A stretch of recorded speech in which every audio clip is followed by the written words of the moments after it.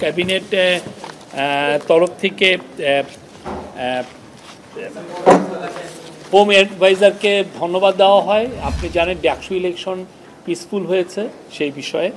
Local গভর্নমেন্টের সংস্কার নিয়ে ক্যাবিনেটে আজকে অনেকক্ষণ ধরে আলাপ আলোচনা হয়েছে এবং লোকাল গভর্নমেন্ট কীভাবে ডিসেন্ট্রালাইজ করা যায় সে বিষয়ে আমাদের মাননীয় চিফ অ্যাডভাইজার বারবার স্ট্রেস দিয়েছেন, জোর দিয়েছেন, বলেছেন যে লোকাল গভর্নমেন্ট ডিসেন্ট্রালাইজেশনের জন্য বিশেষ করে তাদের যেন পাওয়ার আরও বাড়ানো যায়, তাদের ফাংশন যাতে আরও বাড়ানো যায় সেই বিষয়ে উনি ইনস্ট্রাকশন দিয়েছেন এবং এই সংক্রান্তে যতগুলো সংস্কার আছে সেগুলোর বিষয়েও নিবিড়ভাবে পর্যালোচনা করে কত দ্রুত সেগুলো বাস্তবায়ন করা যায় সেগুলোর জন্য আলাপ আলোচনা হয়েছে।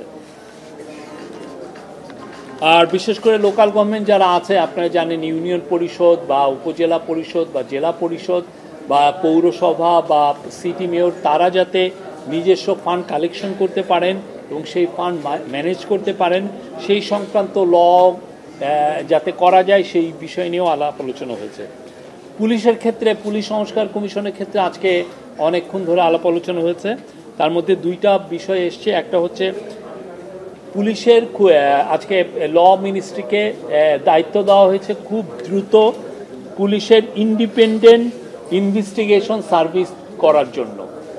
আপনি জানেন পুলিশের ইন্ডিপেন্ডেন্ট ইনভেস্টিগেশন যে তদন্ত করে এটা যাতে ইন্ডিপেন্ডেন্টলি তদন্ত করা যায়, কোনো রকমের কোনো জন্য এটার উপরে রাজনৈতিক বা অন্য কোনো ধরনের কোনো ইনফ্লুয়েন্স যাতে না হয় সেজন্য পুলিশের একটা ইন্ডিপেন্ডেন্ট ইনভেস্টিগেশন সার্ভিস করার জন্য ল খুব দ্রুত এটা হবে।